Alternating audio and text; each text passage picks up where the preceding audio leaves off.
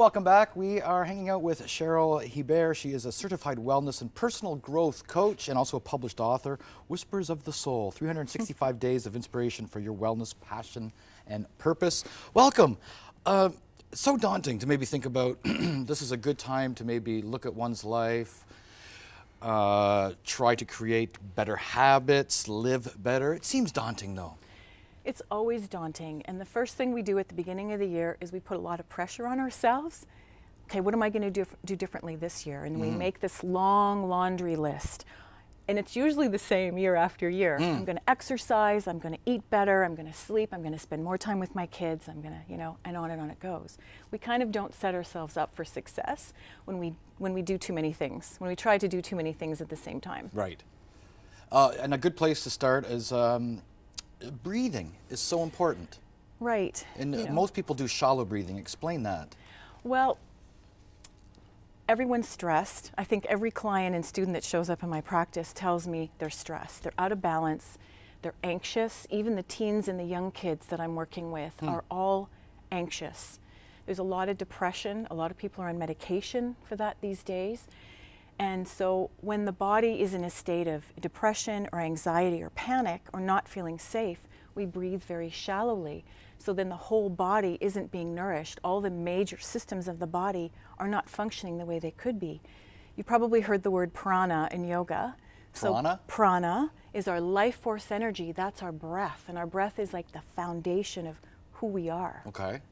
Yeah. And explain how, you gave me a number in the commercial break, most of us breathe 22,000 times a day. We take 22,000, on average, 22 breaths per day. And the average, what we should be doing is about 2,000. That's a huge difference. So I'm at about 346 right now.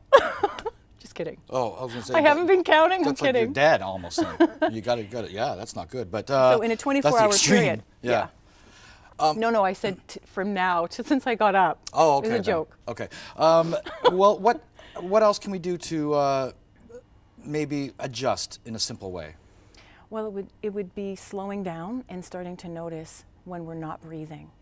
And because we actually ignore our breath. If you think for a second, how often do you actually think about how you're breathing? We don't really. We don't. We actually ignore it. And it's the foundation. So if anyone was going to make a New Year's resolution or they want to start doing something differently, I would highly suggest starting to learn and retrain your body to breathe deeply. Do you have any exercises? Yes. Okay. Would you like to try a little? I would love to. Exercise? Okay. So how much time do we have? We got about 3 minutes. Lots of time. Okay, good, good. And then I'm going to explain why. Okay. So I'd like you to place one hand on your upper chest, so maybe just a little higher, and then one hand on your belly, sort of around the belly button area. Okay. And I want you to just close your eyes and just breathe normally, without changing your breath in any way. Just relax your shoulders.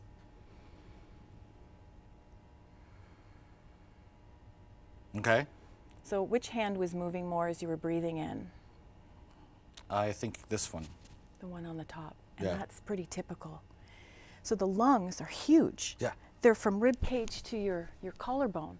And so if this one's moving, then we're shallow breathing, which means we're not accessing the full potential of our lungs. The lungs are big. And so we want to bring the breath down so that, and I give this as homework to all my clients, breathe in so that, and sometimes it's hard at first, breathe in so that as you inhale, the belly rises, Buddha belly. Buddha belly, prana. Buddha belly is learning good. so much. So sometimes it's easier actually lying down, so try it tonight when you go to sleep. But if we can take the breath lower into the body, the lower lobes of the lungs are more vascular, meaning that we oxygenate the body more quickly and more efficiently. And then when we exhale, drawing the belly button in slightly toward the spine, which helps the body release carbon dioxide, which makes it restless. So it's great to do before you go to sleep and when you first wake up in the morning. So people who may be suffering from, have trouble sleeping, this is a really good exercise. A really good way to wake up. So when I wake up in the morning, I have a Post-it note. I gave you one. Yep.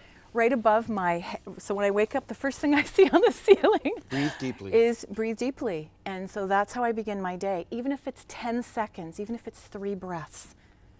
One of the things that I love in this book too, the very first words you write is, do you have a moment? That's all it takes to begin a fabulous day.